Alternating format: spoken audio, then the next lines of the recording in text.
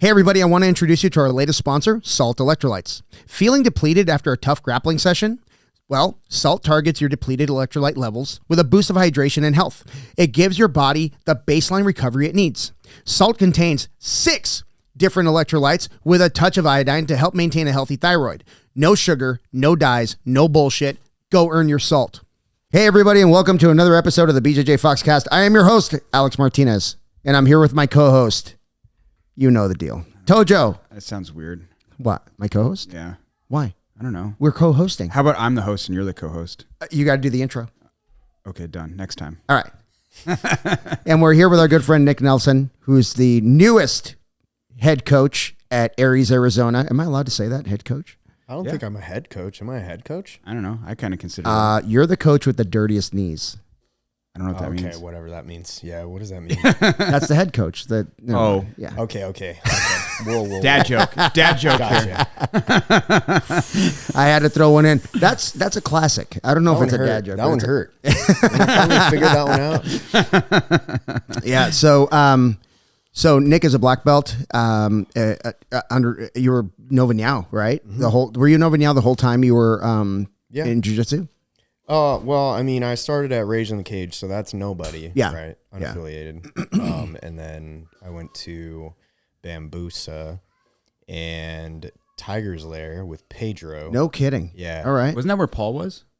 I don't know, but Pedro was Nova União. I think that's where I first met Aaron Wilson. Okay. Was over there, and we were white belts. But yeah, no, there was a falling out at Rage in the Cage. I followed my coach. He went over to Pedro's, and then he opened his own school. When he opened his own school, it turned into Bambusa, and then he was under Gustavo, and Gustavo demoted him from black belt to purple belt. Wow. Whoa. Yeah. What year was that? It's probably like 2011. Okay, yeah. 2010, back when that was the thing. Yeah. Yeah. Well, anyways, I mean, at the end of the day, he got his black belt from a self-promoted black belt, so you know. Anyways, I didn't know that. That's interesting. Yeah. Wait, was it one of those guys that like Jesus promoted them? Remember those guys? Yeah. Kinda. Yeah. I mean, I don't know the whole story very well, but I know he legit trained under some very, very high level guys, like the guy that I first started learning from trained under Hickson for a little while at least. But I mean, yeah. Did Gustavo end up giving him his black belt? No. Jay Pages ended up giving him his black belt. Gotcha. Okay. Yeah. But yeah, then I went over to Chris's after Bambusa, and then I was at Chris's for a while. I mean, a long while. Yeah. Dude. Yeah. I was at Gustavo's, but I never stopped going to Chris's, so I was like kind of doing both, you know. And were you a blue belt, white belt then, or what were you? I got my blue belt, and then shortly after I went over to Chris's. Gotcha. Yeah. Okay. So Josh Rodriguez was over there as a blue belt as well. And yeah, we were talking about how many people came out of Chris's place that like are in our kind of sphere, you know? Yeah, a lot. Yeah. But he told me about Josh, and I was like, I had no idea. Yeah. Because Josh was teaching at Paul's for a long time, and I had no idea that he had Chris Lopez. Yeah, I just Chris gave Josh his purple belt, and then Josh went over to Gustavo's. Yeah. Got it. Yeah, that's probably about when I met Josh. About then. Yeah. Well, I met him later into his purple belt because he was a purple belt for a minute before I met him because he was the morning coach over at Navas. He had that pale purple belt. Yeah, that gross one.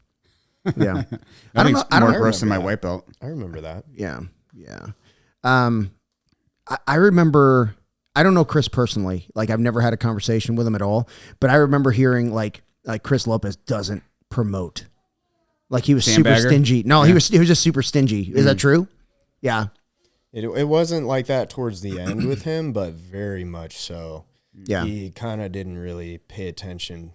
Yeah. He wasn't really paying attention to how long someone had their belt. He was pretty much only paying attention to how they were going to do in a bracket. Yeah. And you have to realize he was also reffing every tournament. Yeah. Yeah. So he knew very much what was necessary to win the bracket. Yeah. That's like all I knew about Chris was that he was a ref. Yeah, and never gave me a ref's decision. Not even one time. I never got one ref's decision from Chris. The only time I had. Hey, Amy's home. Hey, your wife. Wait, I think I have a. What is that? No, damn it. I was playing with it. Yeah, I was trying to record like an applause. Oh, that'd be really funny. Quit fucking with that. No dice. Whatever. So All right, whatever. machine. He only ref for one of my matches when I was a purple belt. One of my matches, I DQ'd the other guy because I cut his cheek open somehow. Nice. Really? Yeah, I cut. Like, it's not like I had like sharp nails. I think he was like one of those fighter guys who had like just scar tissue. Yeah. And Hey, just, you like, can in a turn the light on. scramble. You don't have to be in the dark. She's gonna give you a kiss, maybe. I have incredible vision. Yes. Night vision. Jeez. Just incredible. Have you met Amy, right? Yeah. Yeah. Hi, Amy. Yeah, I met her at your school, what, a couple Fridays ago? Yeah. Yeah. Yeah, you haven't been back since, so the experience must have been pretty shitty. We had a good open mat today. Did you? Yeah, we had that law enforcement open mat. Yeah. Yeah. It wasn't like a giant showing, but it was good rounds. Don't worry. Really good. Don't worry about that. Whatever that is. Dave Blau I graced might us have kicked something with by his presence. accident. It's fun. Oh, it's like when you like the kids handle things so they can't turn a doorknob. Oh. Yeah, that's half of it. Because they don't have the dexterity. I don't That know. makes Or Well, the it kind of intelligence. you gotta pinch the doorknob and turn it Yeah. because it's just kind of I turns. hate them. They're annoying. You got to hit them with the Kids I can or the never doorknobs? figure them out. Kids or doorknobs? Both. I hate them. I hate both of them. Sorry. Yeah, but going back to like what was it? Were you a wrestler in high school, college, anything like that? What got you into jiu-jitsu? I did club. Okay. I started with kickboxing when I was like a kid. My Yeah. mom was with obviously my dad, and then his best friend was married to this woman. Sorry. Basically, the long and short of it, my mom's best friend's husband was the number 2 kickboxer in the world. And so I got to learn from him. Nice. And I was doing point sparring tournaments and stuff. And then I did football for a long time. And then when football was over, I didn't have anything else to do. So I went back to jiu-jitsu. Yeah, nice. And where were you training jiu-jitsu? Like, what was the school? Rage in the Cage. Rage in the Cage. Wow. I didn't even know Rage in the Cage was like a school. Yeah, well, so Roland had 2 schools. He had Bambusa.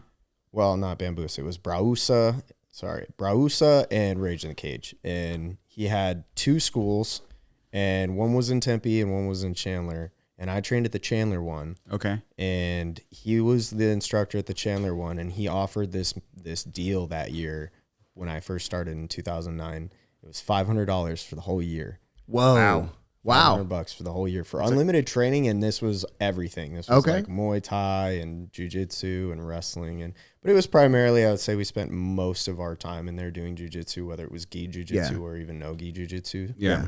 But it was kind of rough. I mean, he would let people roll with like ringworm. He'd be like, tape it up. The good old days. I got ringworm there, dude. And yeah, but also no holds barred.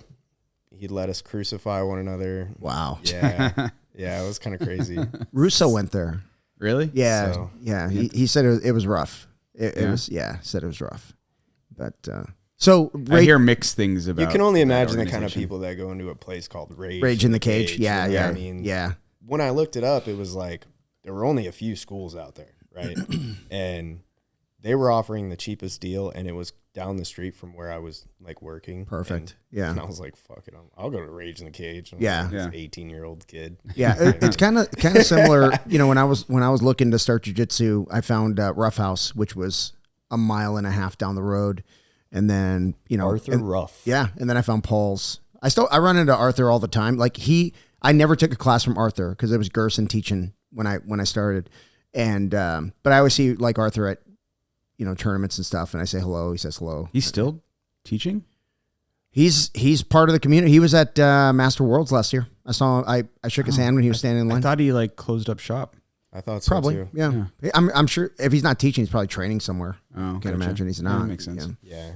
Yeah. It's so crazy because like you were talking about how like you just had to Google it and like find like a tiny school, and now there's a school like within like a couple miles of everywhere. Yeah. There's so I many actually schools now. I actually promoted a guy to black belt that was a blue belt when I took my first jiu-jitsu class at Rough House. He came in. They moved from another school into our school, and he's like, "Hey, my name's John." I was like, "I know who you are, man. Like you were in the very first class I ever took when I was throwing up afterwards. When you were a fat fuck. I was a big fat fuck. Just saw this guy. How old were you when you started? 40. 40. Yeah. He's a fat old 40. I'm not even 40 Fat yet. old 40, dude. How fat are we talking? 240, 238. You wouldn't basically. recognize him. Wow. Yeah, You I'll show wouldn't you a recognize photo. him. I'll show you a photo. It's pretty you're gross. like, what are you, like 5'10"? I'm 5'9". 5'9"? Yeah, 5'9", 177 pounds right now. And he has the balls to call us short.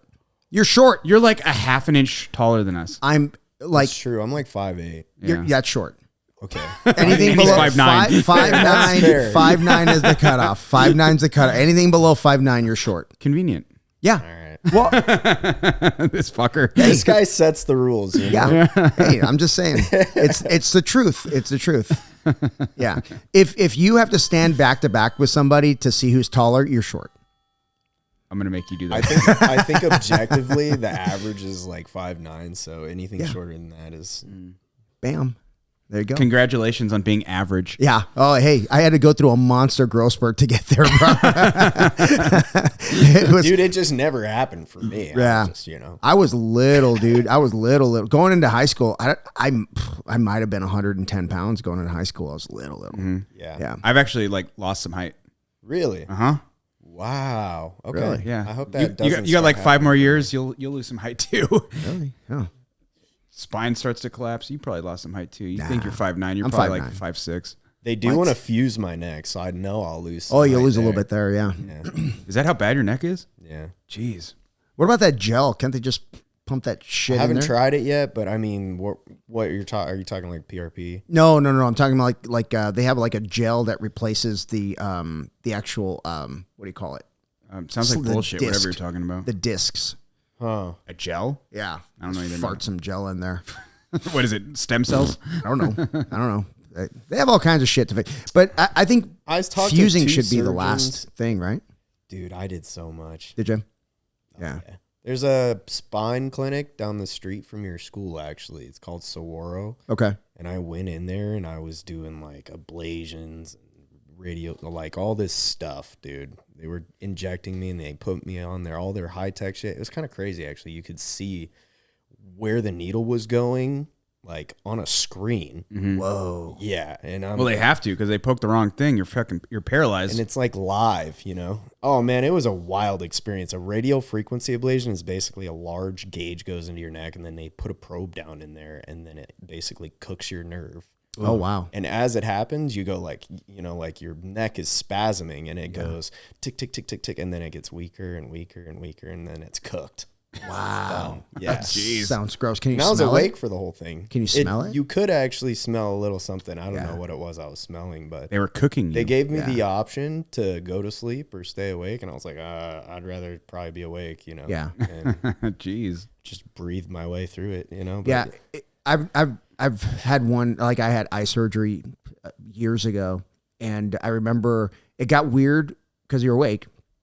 that is They crazy. give you a little Valium, right? Which is awesome. It's the easiest surgery. I would do it Yeah. all over again. I want to do it again. Yeah, I did but- LASIK too. So it only got weird when they stopped talking to me and then they started talking to each other about me. You know what I mean? Like They're like, man, this guy's fat as fuck. I was like, look at that belly on this fucking guy. He's probably got a tiny dick too. He does. He does. They knew it. Why am I naked for this?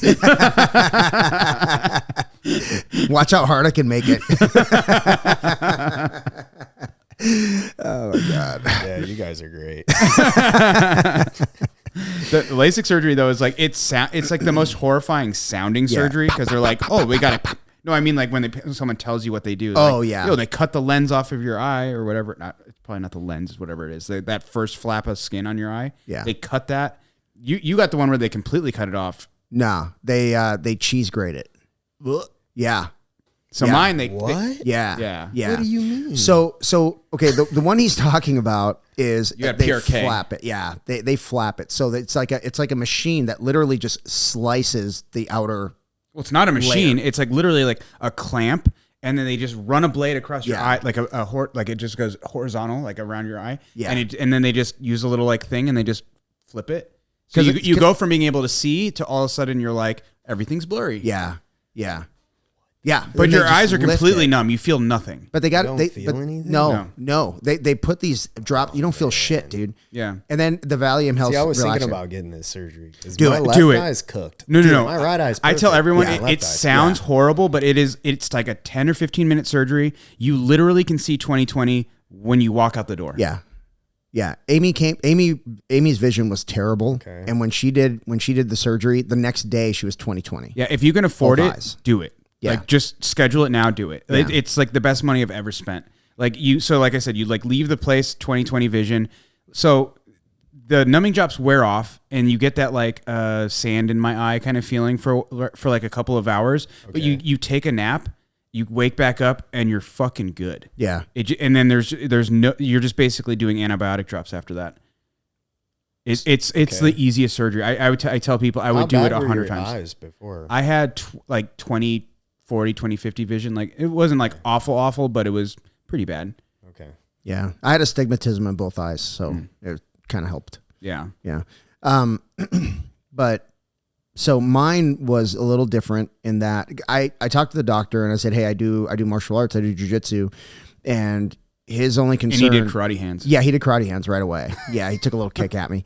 But no, he's like, he goes, I've done some MMA fighters and we do a different thing for them because, they could take a thumb to the eye and it'll unflap. And I was like, ooh, the unflap is what got me. I'm like, I don't want it to unflap. I don't know what that means. See, my doctor, I told him the same thing. And he was like, here's the thing. He's like, any amount of like eye trauma that's going to cause your eye to unflap is going to fucking put you in the hospital anyways. Yeah, yeah. Because someone's like digging in your eye. He's like, you can do the PRK if you want, but there wasn't, he said there wasn't really a better benefit like from like as far as like that's concerned. He's like, you're going to be in the hospital with the amount of trauma that's going to cause no matter what. Yeah.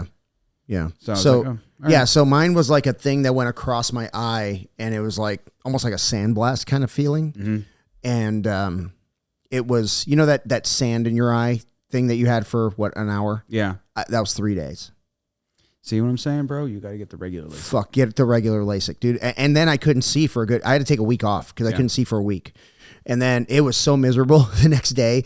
They wanted to do like a follow-up. And I'm like, why? I can't even because open your my lens has to fucking eyes. regrow. Yeah. Basically. I was like, I can't even open up my fucking eyes. What are they going to look at? And then they put these drops in my eyes and everything was like, oh my gosh. And you I did feel both eyes, right? Yeah. And typically they tell you to do one at a time if you're going to do that Yeah. version. So that way you can at least see.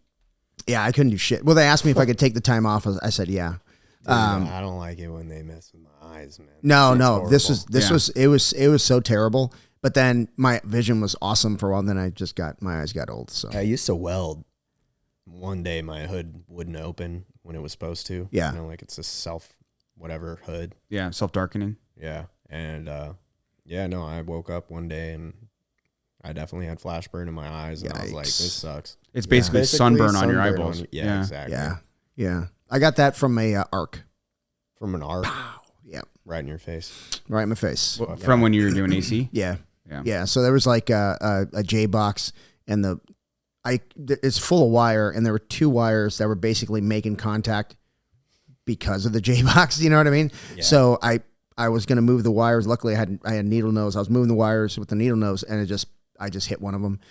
Boom, right in my face. Did I tell you that recently where I was like... That's an OSHA violation and a half. 100%. OSHA? Dude, fuck you. Dude, there were times... What are you, a snitch? There were times when we would go up on a lift and you're going to work on a piece of equipment that's above some pipes where you can't tie off. And what do you do? Not work on them? Yeah. Oh, yeah. I'm not going to say what I did, but... There were some times where we were welding in areas where there was a lot of flammable shit. Yeah. And it was like, well, we can't avoid this. So. Dude, when I was... Chlorinated brake cleaner? Yeah. Have you heard about that? Nah. People will like clean something with like... They don't really have chlorinated brake cleaner anymore. But back in your day, when like the 40s or whatever... Yeah. People would clean shit with chlorinated brake cleaner. Because it works. But it works really well. But it would leave a chlorine like film on it. Oh, no. And people would go to weld on it and it would basically turn into chlorine gas, which is like what they fucking did in like World War I when they were gassing people. Yeah. So people would end up in the hospital. They'd be welding and then all of a sudden they're like, nerve I can't damage. breathe. Yeah. Dude, that shit's horrible. I've been gassed a couple times just on it inadvertently. Yeah.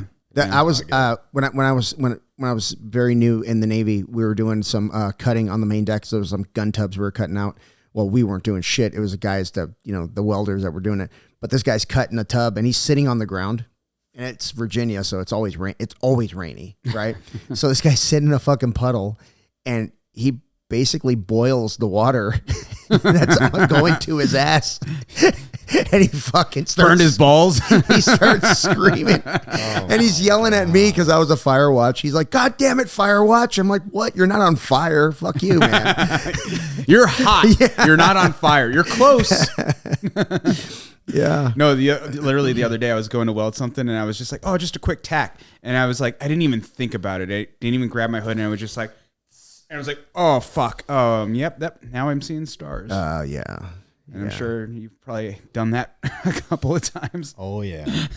Yeah. Oh, yeah. Where you just give it the squint and you hit it. And Oh, yeah. The squint. that doesn't. I am not good at like Some doing the whole like, Ray-Bans. all right, here's where I need to tack, close my eyes and miss. I just miss it every time. Oh, dude. See, the thing is when you watch like guys that have been welding for their whole lives and then you're like, oh, yeah, I could do that like that. And then you try it and it's like, no, dude. You're like, where's my hood? Where's my hood? I'm just going to use this thing. Yeah. Yeah. How that works. Yeah. I met a guy that he was a welder, I don't know, somewhere in the Midwest, but he had like, he got like tongue cancer. You know what I mean? And I was like, I know what you mean. Is it related to welding? well, yes and no. So he was talking about the welding, and then he starts talking about cancer, and I'm like, I don't get it. Like, how'd you get the cancer? He's like, I had a cigar sticking out of my mouth all the time. Oh, like he geez. was always chewing on a cigar. Yeah. And, you know that. So even when he was welding, the hood would be down, and he'd be fucking hitting that cigar while he's welding. Like that can't be good. Oh, my goodness. I'm definitely not a PPE guy kind of guy. I'm getting fucking tanned on my left arm all the time because I'm just holding something and welding. I didn't sleeves. know anybody that wore their leathers where I worked. Yeah. Yeah. None of us did. Just getting burnt and you're like, that sucked. All right, whatever, fuck it. We would wear jeans, but we wouldn't wear leathers. Yeah. We'd be out there, we worked 10s too. So it was 4 10s. Jesus. Yeah. Just under welding Fucking the whole time. What were you welding?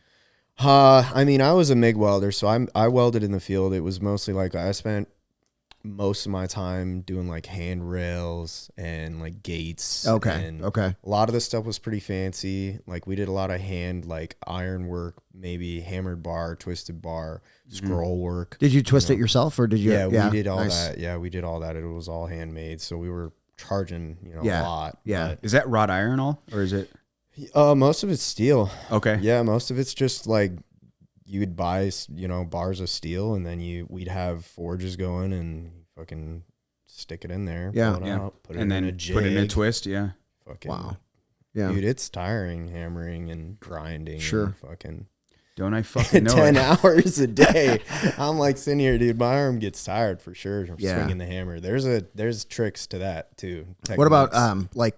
like big fancy doorways and shit? You make that all stuff? that. Yeah, All that. That was so yeah. cool. We worked a lot. We did a lot in like DC Ranch, up in like Carefree, and we worked a lot in like the areas where the Greyhawk community is up in there in North Scottsdale. Where they all want fancy fences.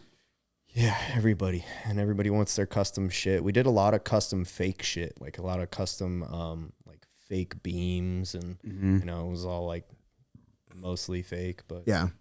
They don't give a fuck. They just want the look. That's pretty much it. Yeah. Yeah, that's like that house in that unfinished house in Mexico.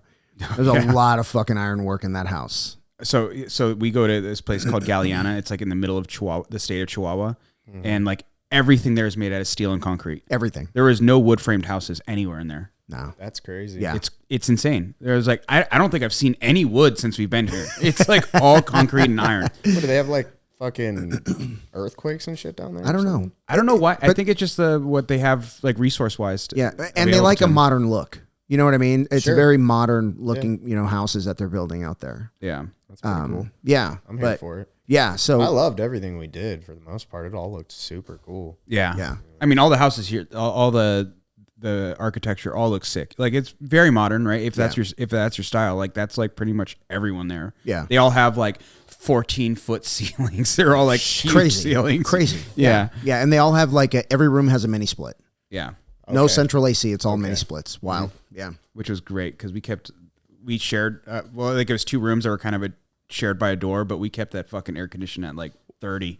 Okay, we'll say we because I was there. I was freezing my fucking ass off. I love a fucking cold Dude, ass room. it was fucking cold ass room. When I travel, I'm like all the way down in the hotel. It's true. So the mini split was in my room, and the door, there was a doorway between our rooms, and he was in the other bed. But like the vent was like blowing in that direction, but it was still fucking cold in my room. And then it flooded. The house flooded. Oh, because the Colorado boys, they take big shits apparently. They take giant shits. Yeah. What? Yeah. Flooded the bathroom? Oh Yeah. my gosh. Well, I mean, they run off like a kind of like a makeshift septic system out there. Okay. Like they're all septic. That makes sense. Yeah. Dude, when I say it's in the middle of nowhere, it's in the middle of fucking nowhere. It takes 3 hours to get there from El Paso. If you fly to El Paso, you're just driving in the middle of nowhere, 100 miles per hour. Yeah.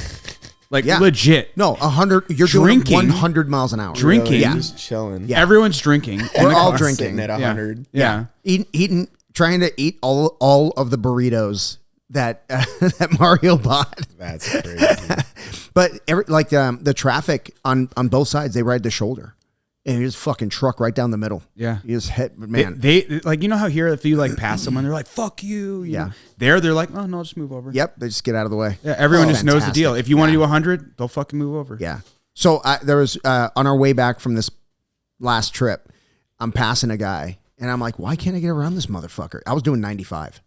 Oh, man. Yeah, so I slowed down to 95. I was like, "Ooh, top speed of the truck." Apparently, yeah. I took a picture of the speedometer on the way there. When we first got into Mexico. While he's doing 100, he's like, Yeah, camera. I take the picture and I send it to Amy. I sent it to Amy and I'm like, because being in Mexico isn't dangerous enough. We have a fucking great time out there. It's though. a great time. Yeah, We everybody's brought- so cool. We brought Kashenia last year. Oh, yeah? Yeah. That's cool. Yeah. Yeah. I've never been out there, so. I mean, Rocky Point's fun. It's a good introduction to Mexico, but where we're going is different. Yeah, it's very different. This place is way different. So when he says it's in the middle of nowhere, like there's literally a Mennonite town that's like the stop to make before you get to the Galeana. Like you buy cheese and shit. So what's the attraction to go all the way out here into BFE? It's a different lifestyle. Well, all right. So the guy Mario, who like basically like his family like started this town. His name is Mario Leberon. The town that we like, they have the Chihuahua State Fair there. And that's the event that like kind of drags us there. It's called the town is called Leberon, right? So it's like basically his family started this town. They're like old Mormon town. yeah. Like we're like polygamy type town, but like not. They're not like in that anymore. But like they all make a lot of babies. That's for They fuck make sure. a lot of babies, dude. Everyone there has like 8 kids, They're and trying to populate the whole town. yeah, and they're all running around like crazy. Yeah. But like, so the Chihuahua State Fair is in Leberon in like the end of July, early August every year. And then Mario has his own jiu-jitsu school in his backyard. He has like this big like shed he built. Well, Hey, it was a garage. he's moved down the street. Well, across the Oh street. yeah, so the place we were talking about that we flooded, he turned that into a jiu-jitsu school now. he did. Okay. But Now and the it's jiu-jitsu school super gets nice. flooded. Yeah, it's really Yeah, nice. right? It's No, really it's nice. super nice because like it had like this big garage that we what'd you call it? It's like the slaughterhouse. Yeah. It there was just like a big garage and like a big unfinished like shed is what Yeah. it looked like. But like I mean big. But the door we walked through was a piece of plywood that we had to yank. And not to even open. plywood, like OSB. Yeah. So we'd walk through the OSB, and then you walk into the empty, like a storage shed, like a giant storage, which is now the academy, the mat space. And then you go through this other door, and it's like you walk through another dimension. Yeah. Like everything's like perfect. Yeah. Painted It's crazy. walls. How many people trained at this place? He's got the whole town. He's got the whole town. Yeah. So Yeah. when The whole we town go out trains there, jiu-jitsu. yeah. Well, no, I pretty mean, much. not literally the whole town, but like there's only one school, his school. Yeah. And he trains under a guy who lives in the city of Chihuahua in the state of Chihuahua. But like he has like everyone who like trains jiu-jitsu in that town trains with Mario. And Mario's a purple belt now? Purple belt. Yeah. And so like, it's like everyone who wants to train, they bring all their like 15 kids. So like they have a huge kids team. And you have a lot of people that work remote. So Americans that live there that have businesses in the U.S. You know what I mean? Okay. So they're living Galeana prices. Gotcha. You know what I mean? So they do well. Dang. There's a guy who like was working the oil Scott? fields. Scott? Yeah. Fuck Scott. Was he working oil? I'm not giving Scott a minute. No. I'm gonna give him 30 seconds. 30 seconds. Okay, go ahead. So Scott, like, We love the guy. he but fucking we just goes give him down a lot there. of shit. Yeah, he's like our resident white guy that we give shit to because Yeah. he barely knows Spanish, but he lives in fucking Mexico. Okay. Yeah. Okay. But he got down there, found himself a wife. Yep. Now he has kids. So he met his wife in Texas. Yeah. They worked together. Okay. And so they got together, they got married, and she's like, I miss home. I want to move home. So he's like, I work remote. Let's do it. Yeah. So it's fucking Starlink, and that's it. Yep. Now they have like a golf course that they're building. It's like a really super nice golf Yeah, course. We went yeah. there for the opening day last year, and we didn't even know. Fucking Mario shows up so we get an Airbnb last year. We have an Airbnb. Mario shows up in a fucking bus. In a school bus. Like a school bus. Yeah. Picks us up. He's like, jump in, idiots. So we jump in. We're drinking. Dude, Immediately. we drive to this. It's like a nice party. Like we thought we were crashing a wedding. Yeah. But it was like People were like dressed up and yeah. shit. Like it was like day one of their golf course. They were like christening the golf course or something. there was I like don't know this like what they do. tequila distillery like selling these box sets. We probably still have it. Yeah, Like, we have some here. Yeah. And like it was like we're at a wedding. Yeah. Like, what is this? Like it's super nice, and Mario's fucking laying on the horn as we're driving in a big circle around it. You know, Yeah. we get off this fucking school bus, like everybody's like, "Who the fuck are these guys?" But there were some fans of the show. Mm-hmm. We had some fans of the show that were nice to us. They do like us. Yeah. When we're there, we're like fucking kings because Mario knows everybody. Yeah, he knows everybody. So like, oh, you're Mario, you're family then. yeah, yeah. And when we were crossing the border, we told he drove a demolition derby car at the fair. Okay. So he you was want your like neck to hurt? Do that. the week before Worlds. And then we had our fucking like Q did a fucking seminar the next day and we did like open mat and shit. And I'm like, I can't fucking roll today. My neck hurts so bad. Damn. But it was so I much wouldn't. fun. But he was like a celebrity when we were going across the border, you know, because we told the guys we're going to the fair, and they're like, "Oh my gosh, there's so much fun!"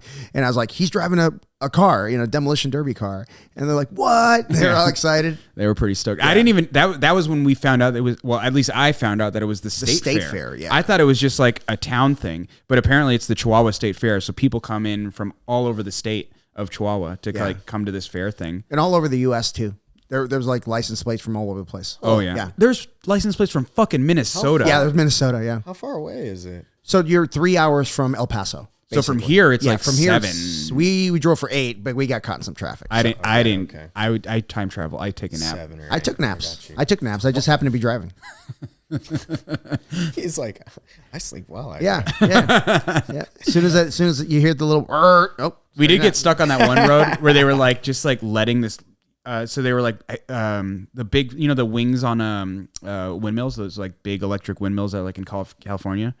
Okay. Like the big fiberglass ones are Yeah, yeah, gigantic. yeah. Remember the that? ones that are like in the Palm big old Springs. trucks going Yeah, through. exactly. Yeah. So they stopped the road. We're like, what the fuck? And then all of a sudden, this like big fucking semi comes down the road, like crawling, and we're like, oh, that makes sense. Yeah. Took up the whole fucking road. Yeah.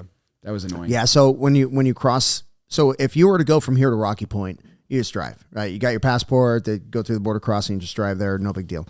If you go past a certain point in Mexico, you have to get a permit for your vehicle. Okay. So you have to go to it's a bank, but it's run by the state. Okay. So we had to go through a certain border crossing that had one of those banks at the border crossing. You could roll the dice. You could roll the dice. You could. Yeah. But if you get, I mean, it could be as bad as you lose your vehicle. Right. They're just trying to prevent people going down there and selling their cars, basically. Yeah. So, we get the pass, and the pass is $55. The deposit is $400. And if you don't bring the pass back and hand it to them, you don't get your deposit back. And oh, by the way, you can never get another pass ever again. Oh shit. If you don't bring it back. Okay. Yeah. Damn. Yeah. Isn't that So wild? you got to jump through the hoops. Yeah. That's Well, kinda I mean, crazy. to go typically, well, I guess typically we've done it, what, twice? 3 times? Twice. Yeah. So, like, I mean, the first time we literally flew to El Paso, Mario picked us up and drove us there, and he lives there. So he's like, he doesn't have to do all this shit. Yeah. Last year, he wanted to bring his truck. So Yeah. I'm glad we brought it. I mean, getting there was rough. Getting there was rough. Yeah. Getting home was rough. But we had the one Airbnb in town we got. Like that was It's super nice. It was really nice. Yeah. Yeah. Huh. Okay. Yeah. So this time I think we're gonna hotel it. Yeah. That's what I asked Mario to do because the Airbnb house got sold. So What? So you go there like once a year? Mm-hmm. That's pretty cool. yeah. Nice. Yeah. Q wanted to drive this year. No. Oh, the In derby car. demolition derby. Yeah, the derby car. He Yeah. was having a blast. So- Like he watching me fucking Yeah. just get smashed. And we were the pit crew for the derby car. Oh God. We were the pit crew. So How many other people were doing that? the derby car? I bet Yeah. there were 20 cars, right? I think there's more than that. Yeah. Fucking Yeah. 20 cars. Yeah, yeah, Dude, yeah. it's fucking crazy. And wild. they have Group A and Group B. I made it to That's the finals. nuts. I made it to the finals. That We was did. like the fifth to last car or Yeah. something like that. Yeah. What the fuck? Yeah. But there were a couple guys that put some money into their car. Those things were running like Okay. hot. You know. what I There's mean? guys who will like build multiple cars. Yeah. Doug, Doug. Yeah. rich guy Doug. He He's looks like some fucking crazy. He looks like he's right out of Seattle. Yeah. Okay. Yeah, but he fucking has like nice ass house down there. Built 2 cars for the Derby the year before last. This cat was climbing out the windshield, right? Because you can't have any glass on the car. So he's climbing out the windshield and pouring gasoline directly into his carburetor because his car kept stalling. He'd fire that bitch right back He had up. a water bottle full of gasoline with a hole popped in the top so he could Squeeze spray it it in into the there. carb. Yeah, that seems safe. So the first thing they do... That's awesome. Yeah. That's Yeah, some Mad Max type Oh, it's shit. crazy. for sure. For sure. The first year we went, we're sitting in the stands and it's like medieval because we got some rain and there's these giant haystacks that did catch fire. Oh, by the way, Yeah. these giant haystacks that everybody's sitting in. And the only thing Wait, separating... hold on. Everyone's sitting on flaming haystacks? No, they weren't on fire when people were on them, but when they did the fireworks thing, they lit. They had to lit put up. him out real quick. Yeah. Oh, And there's like a rodeo going on at the same time. Yes. So Yeah. And the only thing separating the crowd from the demolition derby is a barbed wire fence. Oh, shit. And not a very sturdy one. I mean, it's in a pit, right? About 6 feet, Yeah. 6 feet down. But there were cars like going up the freaking thing. Like, and there's people standing there like, it's gonna be fun. Crazy, man. Fucking crazy. So we were watching this thing and I remember a car got wrecked and the metal piece of the bumper, you know, the just under that cover comes out like this. And he's fucking driving this thing and he's got this metal piece sticking out the front. And he's going right at like another car, like on the driver's side. And we're like, oh my God, this guy's going to be impaled. Oh, shit. In the last second, he got nailed from the side, got spun out, never got to impale the guy. So the next year, Mario gets a wild hair and he goes, hey, we're going to buy a car, like the 5 of us or the 6 of us. So the guys from Denver, Tojo and I, we all chipped in and bought a car for the Derby. And I don't know how we decided that you were going to be the driver, but you were the driver from day one. well, because like the first time we were out there, I'm like, dude, I'll fucking jump in a car. You got a car? That's right. And then it just turned into Mario's like, well, Tojo's driving. Yeah. I was like, all right, sure, fuck. So I call. He calls me like literally like the week before we're going out and telling me about the car, and I'm like, hey, so just to be clear, you have a driver, right? And he's like, you, bro, and I was like, okay, All right. I guess. All right, I'm driving, I guess. But he and I had the same Let me get my conversation. will taken care of. He and I had the same conversation a couple days before. He goes, you think Mario's serious about me being the driver? I was like, I don't think we have another driver, dude. I think you're it. He's the only one that Yep. can do it. Yep. And it's so funny because like they're doing like Couldn't be me. they're going through like the rules, like they have like a rules seminar essentially. Like There's rules. Yeah. There's rules, yeah, so you're not allowed to hit the driver's side door. which everybody does. Yeah, and they like if you're like everyone does, like you're not allowed to get out of your car unless it's on fire. Which there was one. Okay. And there always is. Dude, my favorite part of that, I'm sorry to interrupt you, but my favorite part of the fire is there wasn't like a fire crew ready to turn the car off. It was, you know that tank truck that just spits water out the back. They just For like dust control. They just kind of drove it close and doused the fire. But they're having like this like the rules seminar thing, and they're speaking Spanish, and like the guy's like, "Does anybody not speak Spanish?" But he says it in Spanish. And Mario's like, "You dumb motherfucker! Like, you said, do you all speak Spanish in Spanish?" I'm like, I don't fucking know what he's saying. Yeah. So Mario's there, sitting there translating everything, but Yeah. It was basically. It's exactly what you'd expect a derby to be in Mexico. Pretty much. Oh yeah. Yeah. It was a lot of fun. It was wild. I'm here for it. Yeah. And then Kelsey actually did a super fight.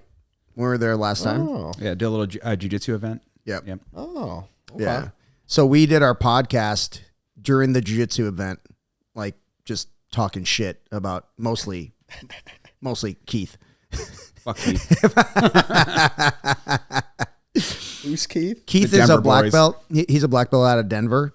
And Keith was wearing his cowboy hat, shorts. He had his black socks pulled up to his knees. So We were just making fun of all the it's the Denver boys. it's the Denver boys. Yeah. Yeah, They're great guys. That's where Mario's from. Yeah. Well, I mean, from kind of. Yeah. I mean, he's from Galeana originally, but I mean, he lived in Denver for a long time. So So how'd you meet these people? they're Aries. Yeah, they're all Aries affiliate. Yeah, they're Aries. So when they would like Q would have something going on in Goodyear, we'd go there and they would be there. Yeah. Okay. And so, then so their head coach is, like I said, from Chihuahua, the city of Chihuahua. His school is Hive, Hector. which is yeah. Hector school. And yeah, he's like directly affiliated with Quixeño. So And Hector's the man, dude. He's so cool. Yeah. he's like another like featherweight. yeah. I think he's Masters 2, 3. Yeah, I guess so. Something like I that. think he's a little older than I am. Yeah, Yeah, but yeah, super good. Yeah, he likes nogi more. he does. Loser. Yeah, Me too. because he's lazy. Lazy. We're lazy? Yeah. If we Dude, like Nogi? Nogi is not even a workout, dude. What? Okay, here we go. Listen, I'll roll with you, Nogi. We'll figure out who's tired. I'm just saying He's gonna use all of his strength. you're not wearing long pants and a coat. You know what I mean? Already it's like C-. You know what I mean? And then you can't really like I can move, I can freely move, I can move anytime I want. You can't stop me. That's the beauty of Nogi. Here we go. Yeah. Yeah. You remember the part where he had ringworm? Yeah. It's more realistic. Wait, hold bro. on. You've never had ringworm before? Oh, I've definitely had like skin infections before, but it happens way more at nogi schools. It sure does. Yeah. You're not lying. I can't disagree with that. So But I mean, my school was blatantly horrible about it. So Yeah. Some schools are definitely worse than others. Yeah. We're not going to name Rage in the any. cage. I Yeah. mean, realistically, he was just in there looking for people to fill his promotion with. So Yeah. That's, Oh, okay. that's how That makes that's, sense. that's how I remember that. that's all that school was. I Yeah. mean, you go in there, you train for a few months, and he's like, "Hey, we can put you on a card." what? Oh yeah, Wow. oh yeah, dude.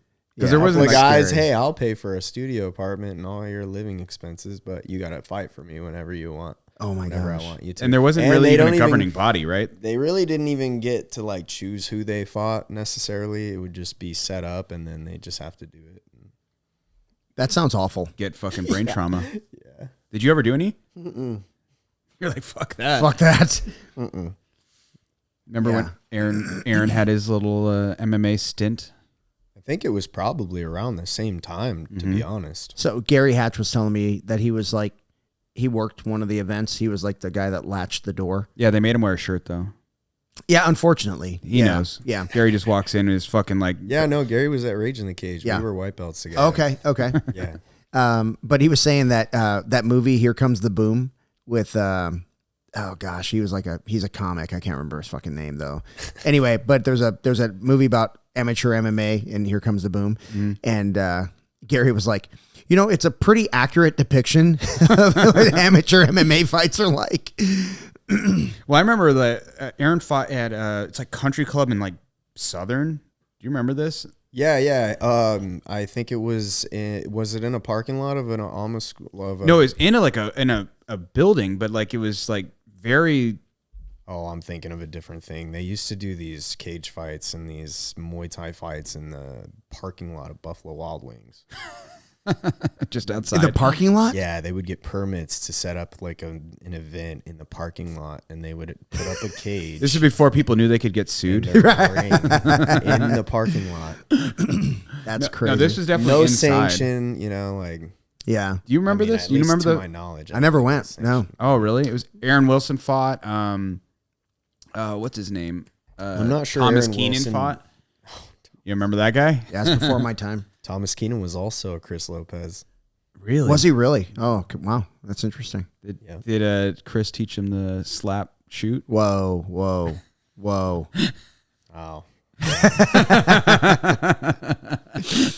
Oh my God. Plead the fifth.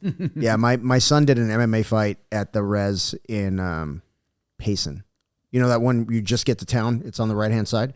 Yeah. They have a little rec center. So they set up the cage in the rec center. And the dressing rooms were basically these lofts where these guys go play video games and shit. You know what I mean? Okay. So I get there, and one of the guys recognizes me. He goes, "Hey, you want me to bring you up to your son?" I'm like, "Yeah, sure, whatever."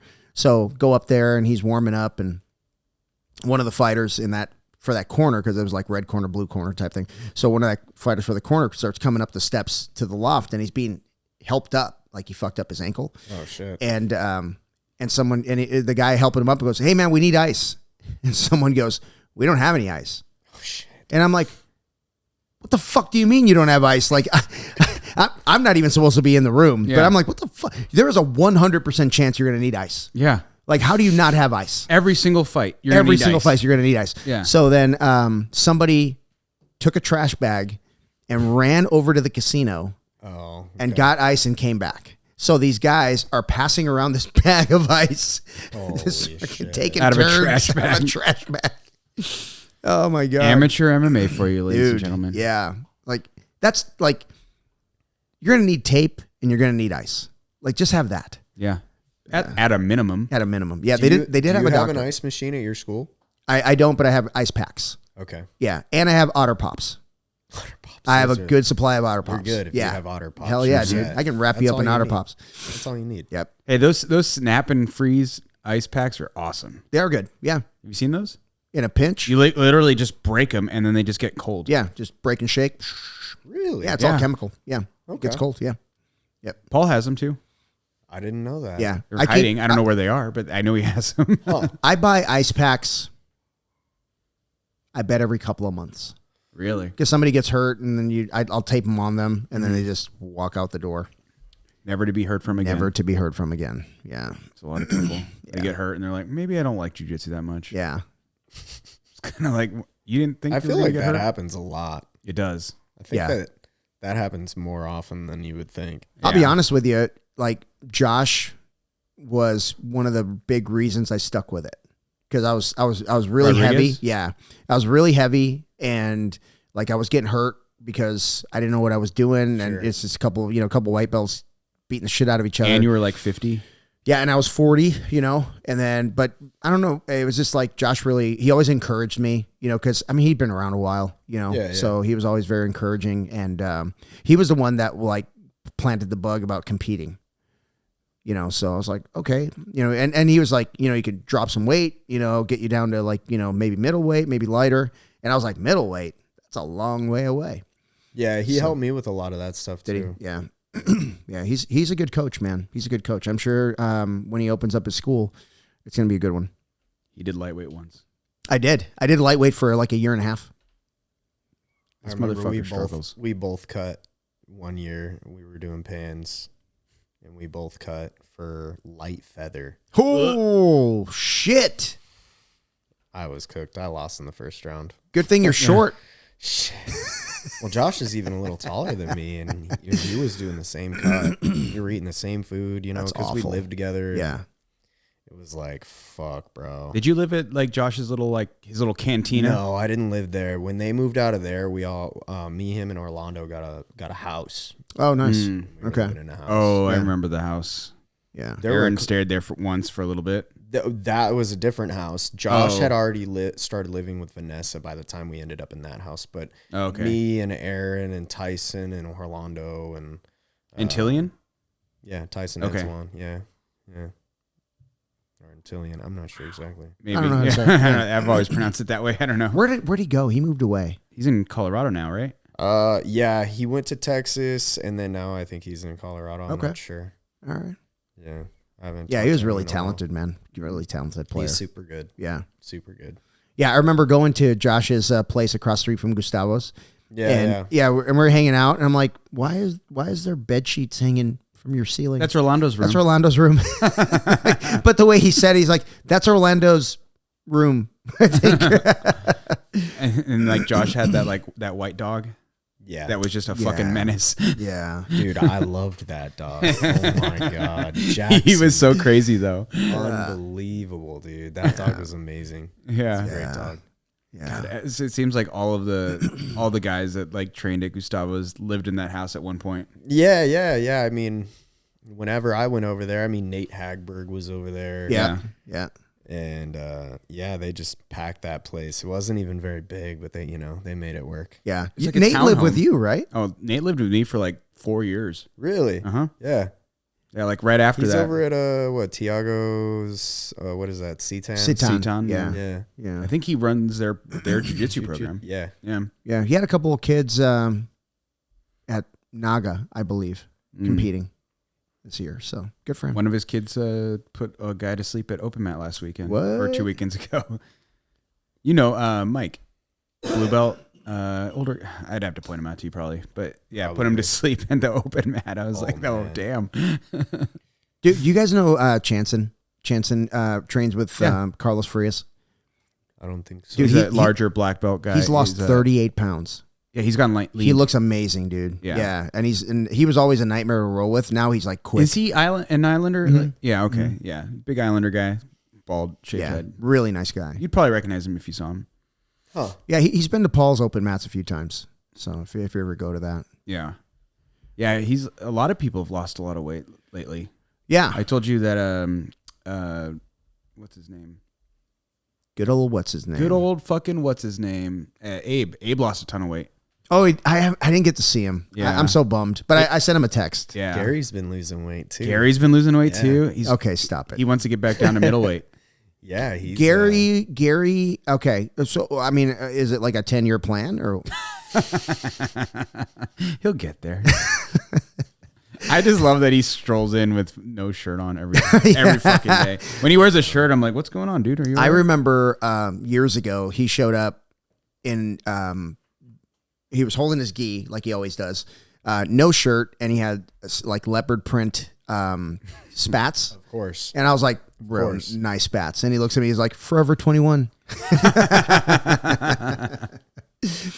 Yeah. Gary's a fucking character. What do you always say? He's like, always come and going to the been beach. that way. Yeah, that's a long running joke because he always shows up with no shirt on. I'm like, hey Gary, how was the beach today? Yeah. He's definitely got a very unorthodox style, which is fun to roll with. Yeah.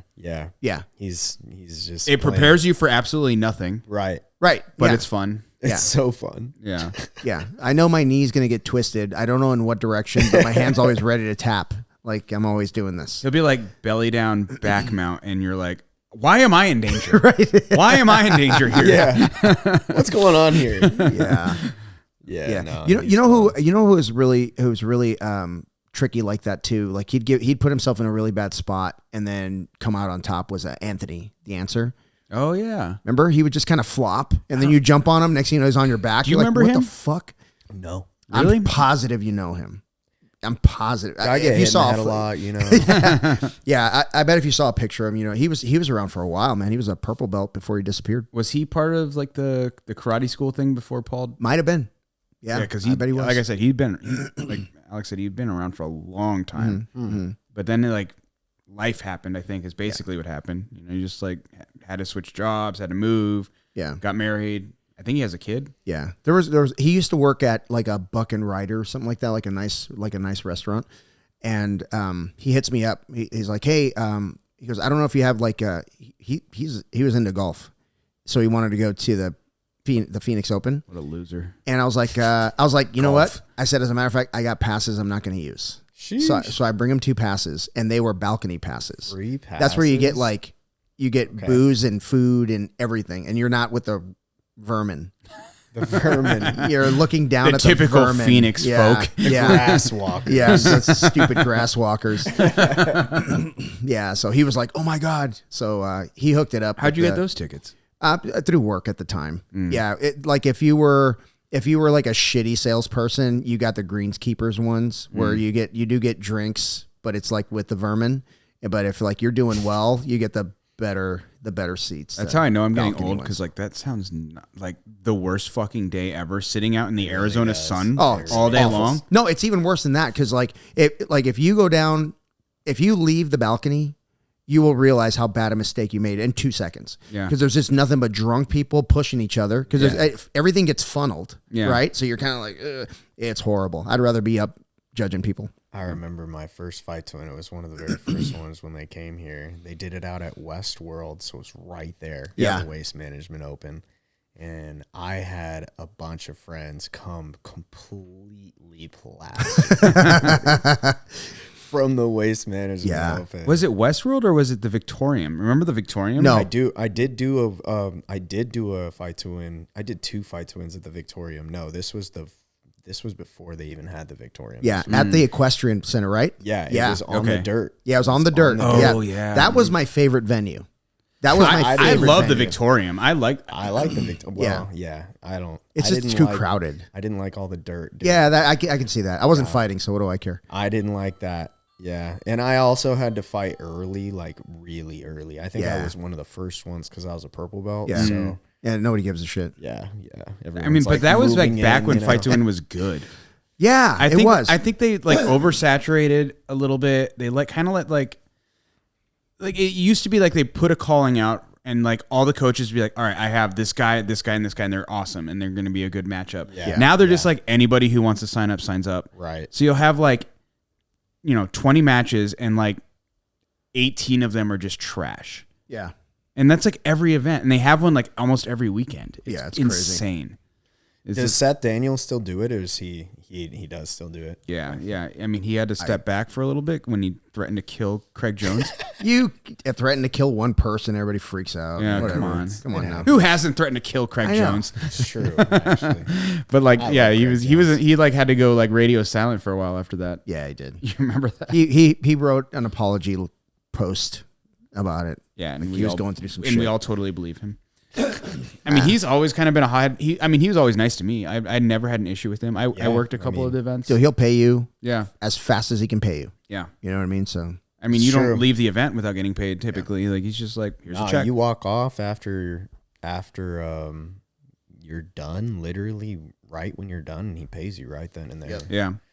I He think was doing a cumulative, like you'd get 10% more bonus pay for your streak. mm-hmm. oh, which nice. was nice. Yeah. Yeah. The problem now is like you get like 10 days notice. You know, hey, sell tickets to who? It's 10 days out. No one's Yeah. going to want to go. That's the problem is like the production went down. Yeah. Like, I mean, it was a cool event. And it was kind of like back when like, when you heard about a super fight, it was kind of like Metamoris or something. Like it was like a big event. You had to be, Couple you podios, basically shit like had to that. be like a pro level black belt. Yeah. Yeah. Right. And now they have the, like this, Fight to Win comes into town, and it's like, you could have your son who's like a yellow belt go compete. Right. Yeah. Which is kind of cool. That was cool. Yeah. And like, none of us really give a fuck about the kid stuff. Like they should get rid of all of that, but whatever. That's my opinion. Start at brown belt and I above. didn't like the kids. What thing. was it? It was purple belt. That Yeah. was the Yeah. cutoff. You had to be a purple belt adult. Yeah. I think to they do let Fight blue to belts Win. in now. I think you can do blue belt if you're a teenager. Oh, is it? Okay. Yeah. Okay. I don't know. It's just like there's too much of it. They don't give any of the athletes enough time. Like everyone's just like, oh, I guess I'm doing Fight to Win this weekend. Well, the fun part was like, okay, Nick's doing Fight to Win. Like he's our coach. Yeah. We're going to get a couple of tables and Yeah. support, and it's going to be a great time. We're going to get hammered. He's the only guy that's got to make weight. So good on him. And then we go hang out afterwards. You know what I mean? Right. Now it's like you get a week notice, and I don't know, man. How are you gonna like sell? And they want you to sell your remember Yeah. entry fees and all that kind of shit. Yeah. Like they want you to sell all that, but like you can't do that in a week. Yeah. It's It's not like- enough time. Give me a month Yeah. at least. When I did that super fight in Tucson, remember that one? We got the Airbnb out there. That was a lot of fun. We brought a lot of people with us. Was that what was it called? Rise of the Prospects. Yeah, Rise of the Prospects. My memory came and it was just like I knew it. Yeah, your memory nailed it. Yeah. Nailed it. Yeah, so that was cool, man. We brought You've done bunch that a couple times, right? Mm-hmm. Yeah, I've done it twice. Manny is working really hard to make that good. Yeah. Yeah, I talk to Manny all the time. Tournaments and stuff, and he's such a cool dude. He's like super great. Like if you were to like agree to be in his promotion, he's like super grateful. Yeah. That you're a part of it. You know, and he's that kind of guy. I wish they would get rid of like the stage, like so they try to do a stage thing, but it's like a acting stage. Yeah. Where you can only see it from like this, like the a theater. Well, he says the next one's going to be really good. He's got a whole new production team. They're going to get a different venue. Yeah, so I'm excited. What's the one where they put it at like a fucking high school football field? Something under the lights, like lights or something. It was like that would be cool. Well, the concept is cool, except when Aaron did it, it was like it got late, so the dew was settling. So and so like the mats were just the slipping, and they were like trying to wipe it off with towels, and just wasn't happening. So the concept doesn't work though. that well. I like the old cockfighting style that they had at the. I thought you were gonna say you like cock. I like mine. I play with mine a lot. Those gringos. Oh yeah, the Dos Gringo ones that they have here. Rip Dos Gringos. It was literally like a cockfight, and those would look like prison brawls too, because like the lighting and everything, it just like. And the chairs are right on the mats. You're like, you're right up against the mats. Here? Yeah. Remember that time they all closed down too. Did they really? I think there's one left. The one in Greenfield. No, that one's gone. Really? Yeah. Oh man, I remember Aaron be like, "Hey, we're going to Dos." I was like, "Go meet up and." So much fun. Yeah. I loved going there, man. And they had this fucking. What was it? It was a chimney or a fucking, I don't know. It was so good. I don't know that I ever ate food there. Oh, I ate food there. Oh, I definitely drank. Yeah. Did you guys ever go to a place called Iguanas? It was in Chandler, like southern, like, oh gosh, where was it? Like South Alma School. No. That doesn't sound familiar to me. Iguanas was a lot of fun. They did not. Yeah. But that was it had that vibe, same vibe as Dos Gringos, but a little bit cleaner. Dos Gringos, I guess you said there's no more. They're all gone, dude. I think the one in Scottsdale might still be working, but because I was like, you could go there and you could throw some darts and play some pool and maybe some mega Jenga, you know? Yeah. Some fucking bags, dude. Someone needs to throw a event on where like they invite a bunch of jiu-jitsu guys and they're like, all right, anybody want to fight these guys like out of the crowd? You could do that Giorgio thing where he's like, $1,000, take me down. Yes. $1,000, tap me out. Man, after that, so I went to that what was it called? American grappling or what was the wrestling thing the event? RAF. Yeah. So I went to that after that, and then like watching all this shit afterwards, I'm like, that guy's kind of a dirtbag. Mm-hmm. And I didn't know because I've seen his like. His what do you mean? Instagram What do you mean? I'll be honest with you. I thought that he got taken down. Yeah. A. And B, I didn't like his strategy at all against Armand. And I He's like hitting him. Yeah, I wanted him to win going into it. And by the time it was over, I wanted Armand to win. That's how it was. Mm-hmm. I was like, what are you doing? Yeah. What are we doing here? Just out wrestle the fucking UFC guy. Like, yes. Quit trying to fight the UFC guy. Yes. He's focused on MMA. He's not even focused on wrestling. Right. Yeah, it should be an easy win. Just what are you doing? Yeah. Yeah, no, it pissed me off. And it's like the post match. It wasn't even a match. It ended up being a brawl. Yeah. Like the post brawl. I saw that on the Instagram. That's all I saw. Yeah. And like that's what everyone saw. And it was like the more and more I saw, took him down again and then gave him a little ground and pound. Yeah. It was great. I was here for it. So tell me about competition. You ever compete? Oh yeah. Yeah. Oh yeah. No. Okay. So I mean, I competed a lot, and then COVID hit, and that was it. Yeah. So that's true for a lot of people. Yeah. A lot of like my last competition was actually a fight to win. Okay.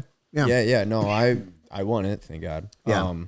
But it was kind of weird because I went into it. I signed up as a purple belt. And then literally like 2 days before my fight, Josh and Marcio want to give me my brown belt. Oh, no. I'm like, okay, whatever. It's a good thing it's a fight to win. Yeah. You know what I mean? And so I went in there. And so now I have extra pressure because I've just gotten my brown belt and I have to compete against a purple belt. Yeah. Whatever. It wasn't even a big deal. Do you remember who it was? Some guy from Fight Ready. Okay. I don't know. I went in with the idea that I was going to heel hook him, and then I pretty much locked in a heel hook within probably a minute. Nice. I couldn't finish it, but it sealed the deal pretty much, Yeah. because then it was pretty much just a scramble fest from that point on. Yeah. So, yeah, I got the decision on that, and then It wasn't Paris, right? No, it wasn't Paris. Okay. No, I mean, technically, it would have been a purple belt. Paris would have been a black belt when I was a purple belt. Was he? I think so. Oh, I didn't. I thought he was kind of like right around the same schedule as all of us. No, You and I, not you. Got promoted early. What? I'm not the one who quit. I didn't quit. Fucking quit. I trained As soon- every fucking week as a soon- blue belt. As soon as you just got your once. blue belt, How long did you have your blue belt for? before he quit, a Like day. 5 or 6 weeks or years. Years. So he's one of those I think I assholes. had Like, mine for like 4 or 5. yeah, he's one of those assholes. I was a blue belt for 5 years. No, you weren't. I trained every fucking week, just like once or twice. I would just like come in to like keep the rust off. That was it. Hey man, I'll be honest with you. I've been taking it easy since 2019, pretty much. Yeah, I mean, at Chris's, I taught on Wednesday nights, and that was a no-gi class. And his demographic is mostly hobbyists, you know. Yeah. So the rounds are, you know, they're not horribly intense or anything like that. So, yeah, yeah, no, 7 years I've been maybe training once a week. yeah. Yeah, geez. Well, what about Maybe. like of the schools in the Valley? Can you name like a school outside of Marcio's that is not mostly hobbyist? I can name a lot of schools who think that they're not hobbyists. Who are they? I'm not gonna fucking Come on. say it. It's Come on, hard. say it. It's hard to say. It's hard to say for sure because I've been dormant for so long. Yeah, But I can confidently say that the majority of the guys that were training at Gustavo's when I was over there were competitive. absolutely. Yeah. No, yeah. I, that was like the golden era at Gustavo's when Yeah. you were there. Yeah, I mean, he was bringing in Fei Zhao and man, dude. I mean, we had Alex Sodre at my house, and we had Espen. Marcio Espen was Andre, there for a while. Espen Matheson, Yeah. Tommy Laniker, even like UFC fighters, Henan Barao, like Orlando, obviously, Yeah. you know, top 10 pound for pound ranked fighters. Yep. Just having dinner in my dining room. You That's know what awesome. I mean? Yeah. And it was intimidating for sure. I was the only one that worked. Everyone else were professional fighters Yeah. pretty much. I was the only one that worked. yeah. But yeah, no, I competed a lot. I tried to keep up with them, you know, Yeah. because I mean, Espen was here and Tommy and Vagar and they had some other people like this girl Miranda from Argentina and all these like Nova União Kimura people. Yeah. And it was like a Kimura Nova União, like, Mm-hmm. I mean, I guess they're still connected maybe. I don't know for sure exactly how that's always worked, to Yeah, I be have no honest idea. with you from the beginning. But I've never been clear on like what that connection was. I have my only real clear understanding is that Orlando's head coach, the one that primarily he spent most of his time with, is the Kimura head coach. Right. And then that Kimura head coach is really close with Gustavo. It's Jair. Right. And then Gustavo, and they're pretty close. So I think it's just like a mutual agreement. Okay. Yeah. Is it And Jair's Orlando's, wife like- who's always at like she always is at like the front table like when you walk into like Yeah, all- she's a black belt as well. yeah Okay. Yeah. but she like works like all of like Gustavo's tournaments. Yes. Okay. Yeah. I've met her before. She's super sweet lady. I love them. They're great. Yeah. I've had dinner with them and stuff. They're good people. Yeah. For sure. But yeah, no, I try to keep up. It's tough. I wasn't a great competitor, you know, like I would, you know, I'd have, well, especially when I cut weight, I did not do well that tournament, but yeah, no, I tried, I did my best. No, that's But cool. I never podiumed at like a Pans or Worlds or anything It's like tough, that. dude. Yeah. It's tough. I mean, at the pretty tough. adult level, gosh, man, so many things have to go right. Yeah. No, and yeah, it's fun. Yeah. I got to learn a lot, you know. I got to learn a lot from a lot of like really high level guys. Yeah. Just living with them and being around it, you know what I mean? But the amount of dedication that you have to be able to put in to be like a world champion at the adult level, like what they were doing. Yeah. It's like I came to a quick realization, it's like I couldn't do this. Yeah. You know? Of the people that you were training with at the time and living with and, you know, having over all the time, who do you think was the most dialed in? Who do you think like took the professional side of it? Espen. Espen? Yeah. What made him more dialed in? It would have been Espen and it would have been Tommy. But Tommy was much more relaxed. Espen took it much more seriously, but Espen was relaxed. But I mean, man, dude, he had this routine. He was stretching all the time. He only put good food in his body. Wow. Everything about him was, I'm going to be a better jiu-jitsu artist. Wow. And that was it. And he was like recommending me books. Like, he's like, you should read like You Are the Placebo. And he named all these books. And it's like, holy shit, bro. This is, you do this. So that was him. Yeah. Yes. Yeah. And I mean, dude, at that point, we had a 3-bedroom house. We had a pool table in the living room. We had a guy living on that. Josh gave up his bedroom and went to Vanessa's and let a couple people live in his room. Fucking, we had people on the couch, bro. We had people on the floor. But those were the days when we'd take like 30 people to Vegas. You know what I mean? Like, those were the days. That was a lot of fun back then. Yeah. Like, I mean, we don't have that anymore. It's not the same. It's like maybe like 3 of us go to fucking like Worlds. Dude, I remember even local tournaments, like everybody would stay to be in the photo on the podium. Mm-hmm. Like nobody does that anymore. It's wild. We got fucking lives, bro. I guess. Well, I mean, you were the old guy, but it was like a lot of adult. What do you think that is? Do you think it's saturation? No, I think honestly, it's like we're a different kind of coach. So when we were coming up, I'm sure you too, there wasn't a, hey, are you going to sign up for this next tournament? Right. Or, hey, what tournament are you going to do? It was, no, you're signing up and I need somebody at 168 pounds. So you better get on it. Yeah. You know what I mean? There was no option. Right. Yeah. So we were always like focused in on, hey, you know, Vegas Open is coming up or we're going to San Jose or whatever. The only reason I went from middleweight, because I was real comfortable at middleweight. I am comfortable at middleweight. I went down to lightweight is because John Cabay came in as a purple belt middleweight. Mm. And he was a purple belt longer than me. So I was like, I'll just go down to lightweight. Wait, Cabay was at middleweight? He was a middleweight. Have you ever seen that guy without a beard? That is a handsome man. That is a handsome fucking man. I have seen him without a beard. You don't like the beard? I think he looks better with the beard. I don't know, man. He's got like freaking like Hollywood good looks. Have you seen the memes that are like beards are like makeup for men? No. Yeah, that makes sense. Yeah. But yeah, he showed up and he was pre-Mexican supplement, Whoa. I'm just kidding. John, I'm just kidding. I mean, I remember when he first came, the pressure he brought was something else. Yeah. He's tough. Yeah. He's still tough. Yeah. I haven't had to roll with him. You know what? I'm actually kind of mad. He told me he was going to come in this week. Motherfucker. He lied. Tisk. He lied. Unbelievable. Oh, I'm sure when it starts getting closer to Master Worlds, he'll be in a lot. Oh, he'll be in a lot. Yeah. Okay. Yeah. He'll show up on Tuesday, Thursday, and then Sunday. Okay. Get prepping for Master Worlds. Yeah, you weren't here last year for like that month and a half before Master Worlds. Like everyone starts coming back to Paul's. It's it's a lot of fun. Yeah, it was fun. There's a bunch of old people. You can smell the tape and Ben Gay. Testosterone. Yeah, but yeah, like syringes in here. I heard about that testosterone stuff. I don't know. Might need to check it out. How old are you? 35. You're still young. I didn't start doing testosterone until I was like in my 40s. Like but when you were his age, you were fat as fuck. I was in great shape in my 30s, dude. No, he wasn't. I was in great shape.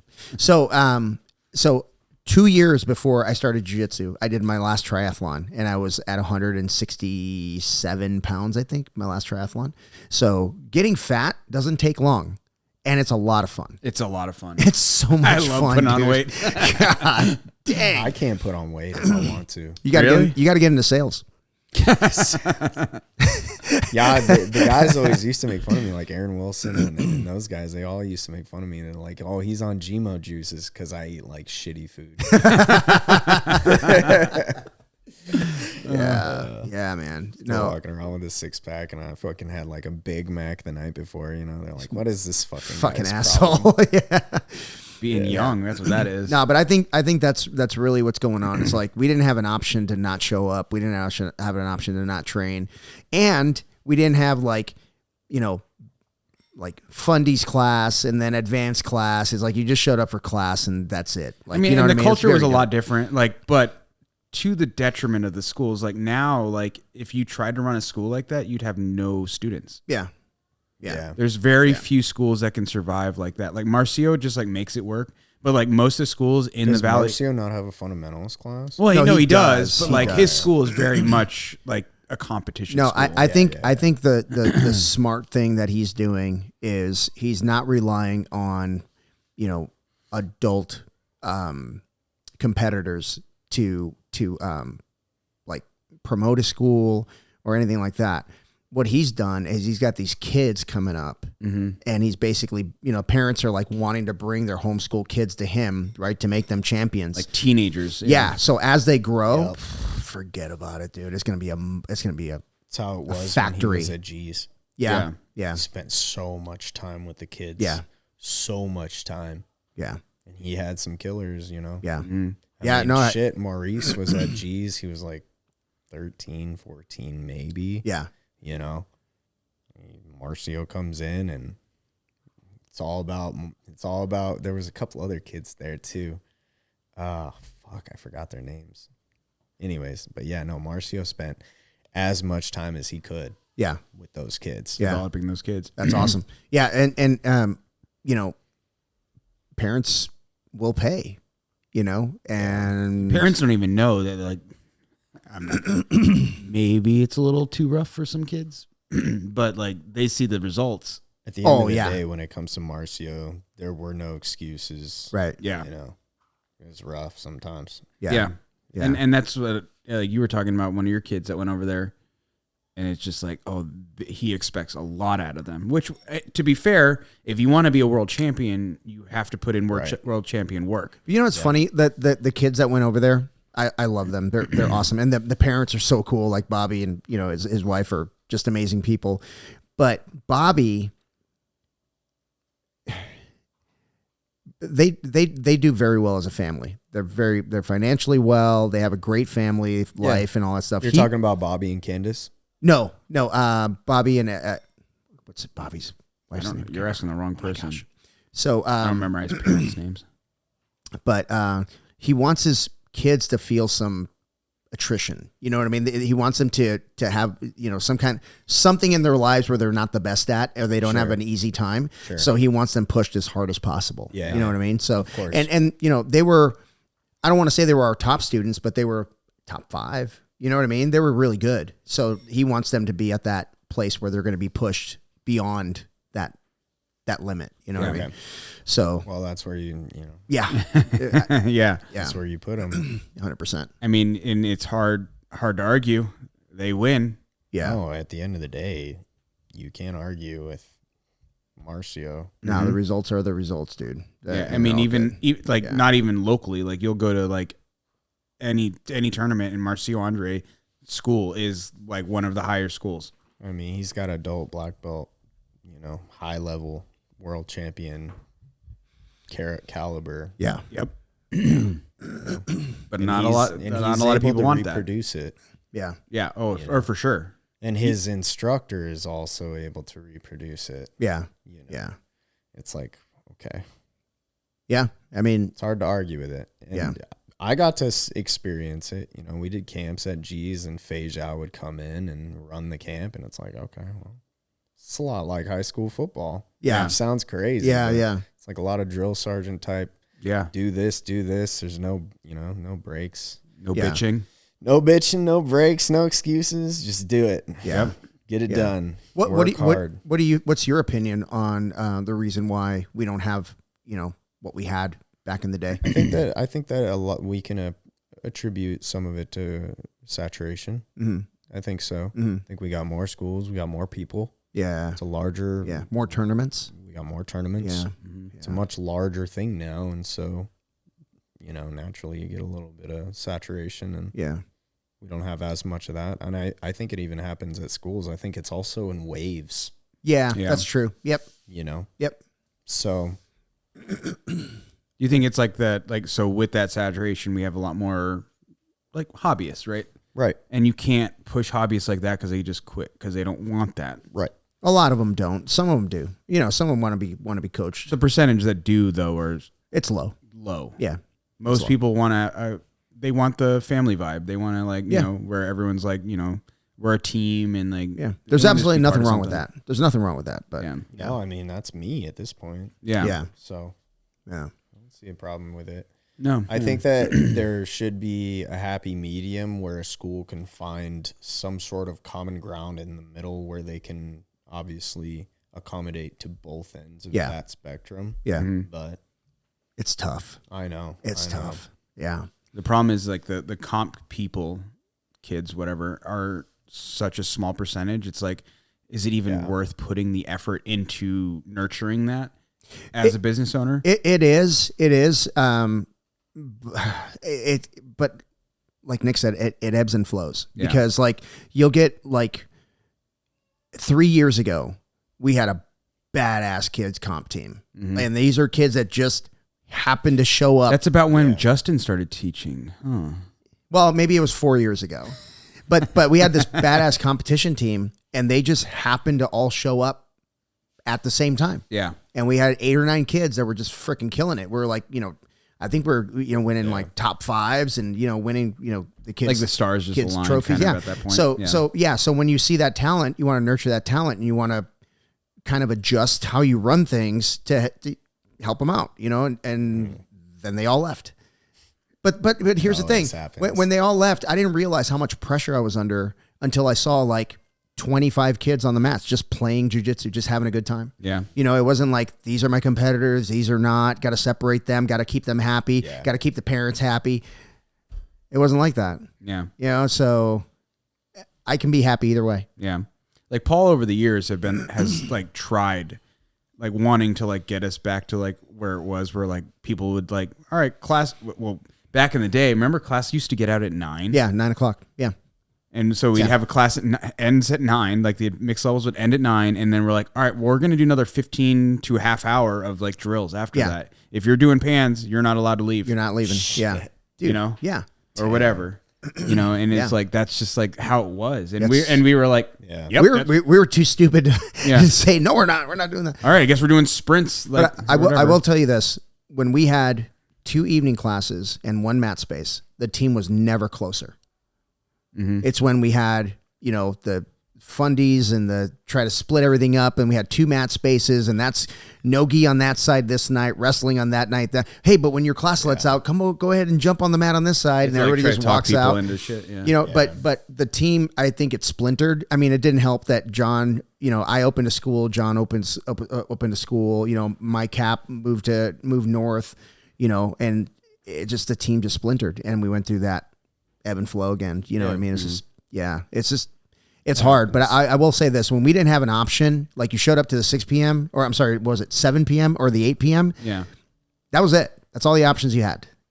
So yeah, it's tough to get enough people committed to doing that. Like I'm at the school, at Paul's school, like I'm there 5 days a week at least.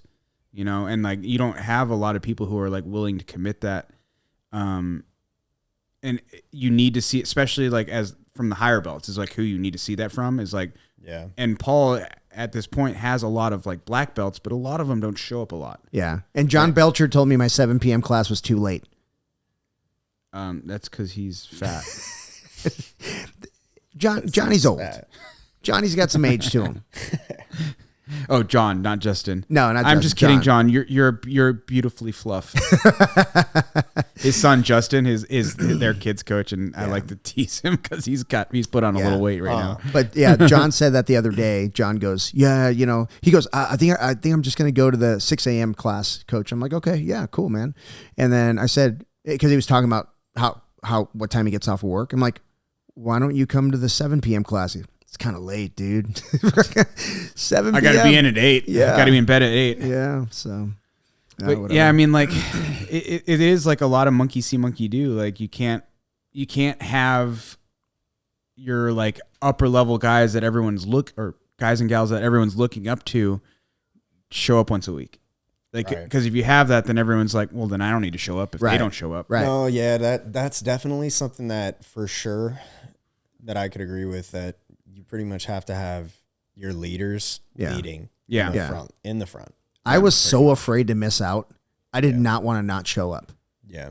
I tell Kelsey all the time, like, she's like, you training today? I'm like, yeah, You know, like where you're just like, you don't want to train, Yes. but you're like, it's not an option to not. Right. Right. Because I have that instilled in my head where it's like, you don't have the option of not training, even though like you're an adult and you don't have to fucking go train. Well, you never fell into that trap where you consider teaching training. You know what I mean? You never felt where you go teach and then you just kind of slide out the door without, you know, getting your training time in. Oh, I don't. Yeah, they're completely separate things to me. Yeah. I don't know if you treat it the same way. No, I don't treat it the same way. Yeah. If I do rounds with white belts, it's not training. Right. Correct. Right. You know Yeah. what I mean? Like, Yeah. roll with a I roll majority of completely the class different in and my not class. Yeah. consider it training. Yeah. You know? Yeah. So, Yeah. I was telling the evening class, I said, you know, because I talk about when you're doing techniques and the person's bigger than you versus the person being smaller. And I said, I speak from a lot of experience because when it's time to roll, you guys look past the bigger people and you find your favorite training partner and there'll be one guy standing in the middle of the mat and it's a giant. I'm like, fuck. All right, man, come on. To be fair, like I've avoided Gary for a long time. really? Yeah. Okay. Because I can't understand why. because he's twice my size. But like lately I've like kind of just like embraced it. Like it's not going to be the same like role that I get with like you or even like Paul. Yeah. No. It's You're completely not different. get a normal role from Gary. Ever. Yeah. No, it's just But weird. like it is just like embrace the weird, you know, that is Gary. Yeah, absolutely. And it's like he's always been that, by the way. Oh, for sure. Oh, yeah. It's always been unique, out of the box, you know. Yeah. I remember when the tournaments were at Phoenix College. Yeah. So Absolutely. So we were between the division and the open, right? So he just finished the division and he disappears and he comes back for the open and he's about to go on the mat. And he's like, you know, that bucket of KFC was a bad idea. Yes. Yeah. Well, that's like Gary. John Gorey. Do you know John? I don't know John. Okay. So you love John. He's a great guy. So when we were at Paul's back in the day, he was like the kid. Like I remember like, cause I started when I was like 24, 25 and John was like 18, 19 and we'd go to the Vegas tournaments and he can't do shit cause he's fucking a child. Yeah. Right. But like, so we did this tournament once. It was like back when like super fights weren't really that common, like for regular people. So it was like, you remember the UAE like super fight thing that they did? Yes. At, like it was at like a bodybuilding convention. Yes. I do remember that. Yes. I do remember that. So we all go do this thing, and John Gorey fucking weighs in, and then he opens up his fucking bag and pulls out a pre-cooked steak out of a plastic bag and just starts eating the steak before he goes on. There were times when he had raw steak in his backpack all through training, and he was like, "This is my dinner." I'm like, "Oh my god." I mean, if you meet him, you're like, yeah, that sounds right. I remember you, Janine. There was somebody else. You, Janine, and someone else. We'd be hanging out, and you're like, "Okay, I'm gonna go hang out with Gorey for a while," because he was a kid. He couldn't get into the bars or nothing, so they would take turns, like getting on the roller coaster. And so one of the Vegas tournaments, Janine and I took John out, like, because we were like, I just wasn't into like drinking as much. That was back when I took jiu-jitsu a little more seriously. So I was like not really like looking to go get hammered. Right. Yeah. We definitely did. Oh yeah. We definitely did. Yeah. Oh, But we were like going out. We did like the fucking roller coaster at New York or whatever. And then we went to like the Paris one or whatever, where you go up the Eiffel Tower. We get there like right after they close. And we're like, oh, come on. He's 19. He can't do anything here. And they're like, all right, just go fucking on. So we got on for free. They just like, go jump on the elevator, get up there.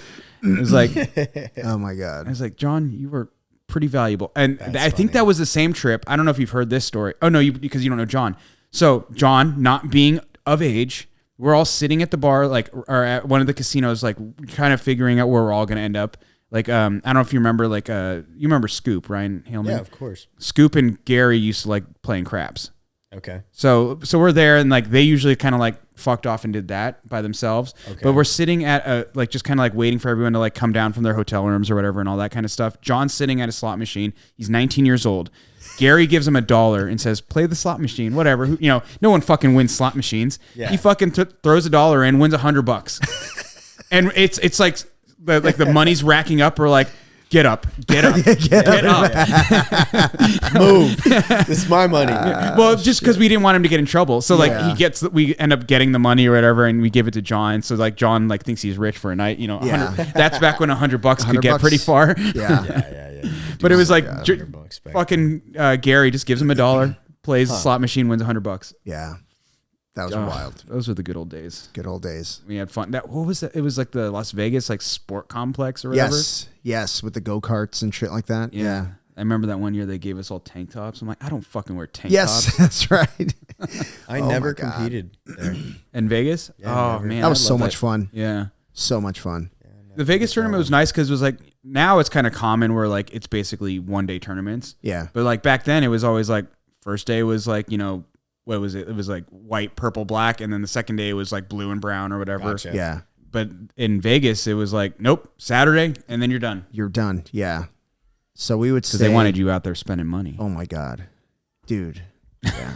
That's how it is. Yeah. So it was so much fun, though.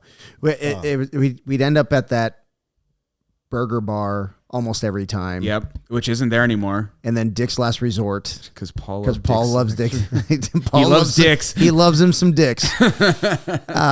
Yeah. So which I didn't know surprised. which I didn't know for a long time that like Dick's Last Resort was like a place where if you went there during normal hours, like not the clubbing hours or whatever, like it's like that place where like the servers are like their shtick is that they're assholes to you. Yeah. Like you go, they're just assholes. I think I've seen clips of that. Yeah, you like sit down and like, what do you want, fucking idiot? You know, yeah, like that kind of shit. Like you'll say, hey, can I get some napkins? They'll walk by, no, and they just walk away, and then they'll come by and just throw napkins at the table. Just fucking napkins everywhere. Which I had no idea until like relatively recently. I was like, oh, that's awesome. I wish we would have got that experience. Yeah, I'm trying to go there. Yeah, but they had like every time we went, they would have like a band, and the bar didn't suck. Like it was a good service, and they had a band, and I got a picture with Aaron Wilson passed out on a bench, and I got him in like a headlock. Are you sure it wasn't Paul? No, it was Aaron. Dude, one time Paul was so drunk he couldn't walk, and I'm like, this is back when I walked around at featherweight. Oh yeah. And I'm like carrying fucking Paul's big ass, and I see Aaron Wilson, and I'm like, this is yours. I just like hand him off to Aaron, and I'm like, you fucking deal with this. Oh my God, that's hilarious. Oh God. So we actually left Dick's, and then I came back in, and I'm like, Aaron's asleep. Like we all left, and Aaron's like this on the bench. We fucking left him there. So I'm like, hey man, we gotta go. It's like, somebody get a picture. Yeah. When was this? 2000, maybe 16, 15, something like that. It was definitely in the teens, 2000 okay. teens, yeah. Okay. Because they got rid of the Vegas tournament. They did. Yeah, they don't really have it. Now they have Comic-Con or Jiu-Jitsu Con, whatever the fuck they call it. Jiu-Jitsu Con. It's ridiculous. First of all, that's actually really fucking cool. Jiu-Jitsu Con? I love it. What is Have you ever been to Jiu-Jitsu Con? No. It's literally like a Jiu-Jitsu convention, but they have Master Worlds all week and the Jiu-Jitsu Con tournament. But they have like all the venue, like all the vendors, like all of like the gi companies, like a lot of like the big schools, like AOJ has like a booth, like a They have like a lounge and shit. Yeah. Yeah. But there's like it's a ton of different like companies that like, you know, are in the jiu-jitsu community, and it's like it's a convention for jiu-jitsu, but then they have like the two tournaments going on, and they're both big tournaments. I mean, obviously Master Worlds is like the biggest Masters tournament. Yeah. But then the Jiu-Jitsu Con tournament is like they'll do gi and no gi kids, I think too. Yeah. It's like everything. It's a huge fucking tournament. I think they said last year was like 11,000 competitors. Oh shit. Yeah. Yeah. Yeah. It's like the biggest tournament great. ever. Yeah. It's every year. Huge. Yeah. Yeah. So they do that every year in the Westgate Convention Hall or the Las Vegas Convention Hall. Las Vegas Convention it's Hall. huge, and I think it's really cool. I think it's great. I mean, if you can, he's old, so he has to be in bed at 8. So he's like, I don't want to be in the tournament. We're approaching. There's cocaine. There's cocaine. That's true. Yeah. But if you stay in the Westgate, like there's literally, you don't even have to go outside. Well, you have to cross the street. You Cross the street, that, yeah. like it's like a service street. Yeah. You cross the service street, you're in the Westgate Hall, and you just walk all the way over. there. Yeah. Oh. Yeah. It's too convenient not to stay there. Yeah. I think. Yeah. Yeah. I think one year we did do an Airbnb, right? Or was Yeah. that was Nogi Worlds? Yes. Yeah. Yeah. Nogi Worlds. But yeah, no, the Jiu-Jitsu Con is a really cool event. Like, and like I said, it has like all the vendors. Like a lot of the gi companies are there. A lot of like finger tape. Fucking what are the drill thing where you fucking hammer your Yeah, they're always there. Like yeah, they have a bunch of just random vendors and stuff, and it's cool. Yeah. So we made a reservation for the steakhouse in the Westgate, and that steakhouse was so good. Oh yeah. And I just wish we were a little bit more sober. Oh, we were drunk. We were so fucking. I remember that it was good, but we were drunk. We were so drunk when we got there. I'm like, oh no, this is gonna be bad. But It's they were good $100 sports. meal, but you're drunk Yeah, through it. they were. No, It was like a $400 meal. it was, yeah, it was a lot. Damn. Yeah, it was a lot. We spent a lot of money Spent there. a lot of money there, but it was really good. And I was like, man, I wish we were sober. Yeah. For that one. Yeah. But yeah, they were good sports though. The servers were good sports. I remember he wasn't a busboy. He was like the helper. Yeah. It was like Alex and God, I can't remember the other guy's name is. I remember Alex because obviously the Alexes, and then like the other guy. But it's Mark or Scott or something like that. They loved us. Yeah, they were I assume because we were drunk. Maybe they didn't. They were like these fucking guys. fucking idiots. So it was just the two of you in a steakhouse? Well, and our significant others. Yeah, Amy was there. Amy Kelsey was there. Kelsey. Okay. Yeah, that's why it was expensive. It would have been cheap if it was just per us. person. Yeah. So there's also like a sushi place across the way, and it used to be all you can eat. That changed, but it's still good. Yeah. And so we try to make a reservation, and they're like, "Oh no, we don't have any tables available." When we try to get a table, they're like, "No, we don't have anything available."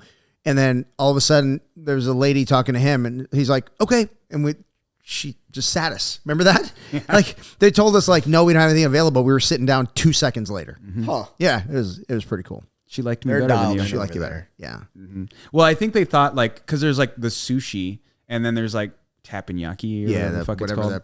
Yeah. So like you can go there for that, or you can go there for just like sushi. And like all we want is sushi. Yeah. And they're like, oh, okay. Yeah. That was good. Yeah, that place, and it's all in the hotel. So it's just like it's nice. Yeah. So we did Fogo de Chao one time, and then we ate way too much, dude. So we're like, hey, let's walk to the strip. Bad idea. We walked to the strip, and right when we got to the strip, we're like, you want to go home? Let's just go home. I think we got a drink. We did get a drink, and they're like, you guys just want to go home? Yeah, let's just go home. Yeah. That was Nogi Worlds. That was the Airbnb night. Yeah. Huh. Yeah. That was See good what you're times. missing out on? You got to come with us, man. Got to come with us. Hey, Yeah. so your neck thing, was that like an acute injury, or is it just like build up? Build up. I played 10 years of football as a middle linebacker. Oh, wow. I think that's what it is. So I have a condition called a retrolisthesis where the vertebrae have shifted backwards from front collision. So the disc in between my 3 and my 4 is impinging, and it's pushing into the nerve. Okay. And then that vertebrae is also moved. Whoa. So like permanently. Yeah. That's why they have to fuse it. Right. That's scary. They cut the disc out, and then they fuse it together, and they put it back where it's supposed to be. Fuck. So yeah, I deal with that, but you don't feel like it when we roll. Yeah, no kidding. I try. Jesus Christ. Yeah. Does it feel better? Like once you you start rolling, you start moving? It really just depends. There's some things that I can't react to. Like if somebody collar ties me, I just let my head go. I'll put my face on the mat. So you can't like resist pulling your head back? Yeah. No. Anything where I have to like hold my head up, I just won't. Yeah.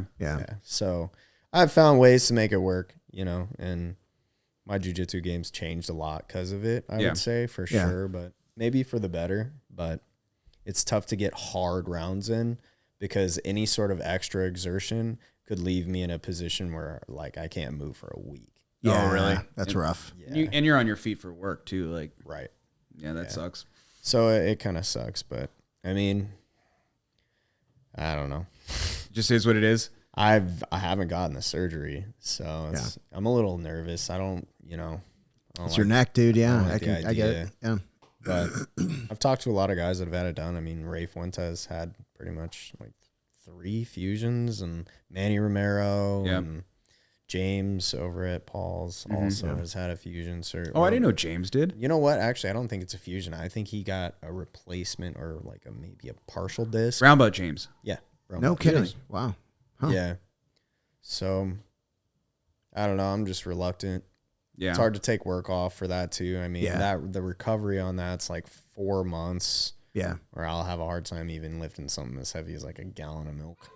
Yeah, Really? it's rough. Yeah, it's pretty bad. Wow. Yeah, dude. So I don't know. It's not like you got not fun. PTO or anything either, huh? I know. You own your company, so Yeah. Yeah. Your if I boss take- is kind of an asshole, so Exactly. yeah, man. So yeah, no, it is what it is, but I haven't competed since I really like started struggling with it. Yeah. There was a crux, and it was kind of funny because we were over at Roots for an open mat, but Aaron had taken a combat jiu-jitsu match, and we were out there training and trying to help him get ready for that. yeah. And we weren't even slapping each other. We were pretty much just slapping him. Yeah. And I came out of that training that day with excruciating pain in my neck. I took a nap like right afterwards. I woke up and it was excruciating, and that didn't go away for a week. And then I was like, okay, I need to go see a PT. Did PT, nothing helped. And then that got the ball rolling for all the other stuff. I even did my blood work and all this other shit. Yeah. Fucking yeah. I was spent a good like 2 years in and out of doctors trying to get it figured out. And they finally came to the conclusion that I just need to fuse it. Damn. Wow. So I haven't tried like holistic like stem cells or prolotherapy or PRP or anything like that. Yeah. So I'm kind of holding out for that, because I mean, once you do that surgery, there's no coming That's back. it. Right. Yeah. Yeah. So And all the other stuff is like, it's not like it's cheap where you can just try it. right. It's all expensive. Yeah. Yeah, I'm Yeah. like 10K for stem cells and like probably another 8K for PRP, because you got to do PRP a bunch of times. Yeah. Yeah, you do. So it's like, If it works, fuck yeah, but you don't know. Yeah. Right. Yeah. so for now, I just kind of, I take it easy a little bit for the most part. Yeah, I've been meaning to stop into that stem cell place in Rocky Point. It's an American doctor that does the treatments out there. What does it cost? I don't know. That's why I want to stop in, Oh, see what's up. how many pesos? Right? How many chickens? Family chickens. But listen, man, thank you for doing this. We're about an hour 45 in, and it's 9 p.m. Yes, sir. It's That's the 9 bedtime, p.m. I told you. It's bedtime. It's bedtime. No, but hey, thank Thanks you so for much. having me, Yeah, man. no, I appreciate you coming on the show, man. We kind of like we were going to do this a week ago, but everybody in the house was sick, so couldn't make it happen. But get it. yeah, man, let everybody know where they can find you, social media wise, or just want to plug the school, whatever you want to do. Yeah, I just teach over at Paul Novis, Ares, Arizona. Right on. What about your company? Oh yeah, the company. Oh yeah, I run a pool service and repair business, Nelson Pools, and if you need me, I do. I can help you. Do you have a website? I don't want to or fucking do it. I just do it on. I have an Instagram and a Facebook. It's just Nelson Pools. Nelson Pools. Got it. Right on. All right, guys, check them out on Facebook and Instagram. And if you love the podcast or hate the podcast, please like and subscribe. Please follow us on Instagram, Facebook, all the other shit. And you can find this podcast anywhere. Well, you're already listening, so what the hell am I saying? You can find it anywhere podcasts are consumed, Found. found. All right. See ya. Dispensed.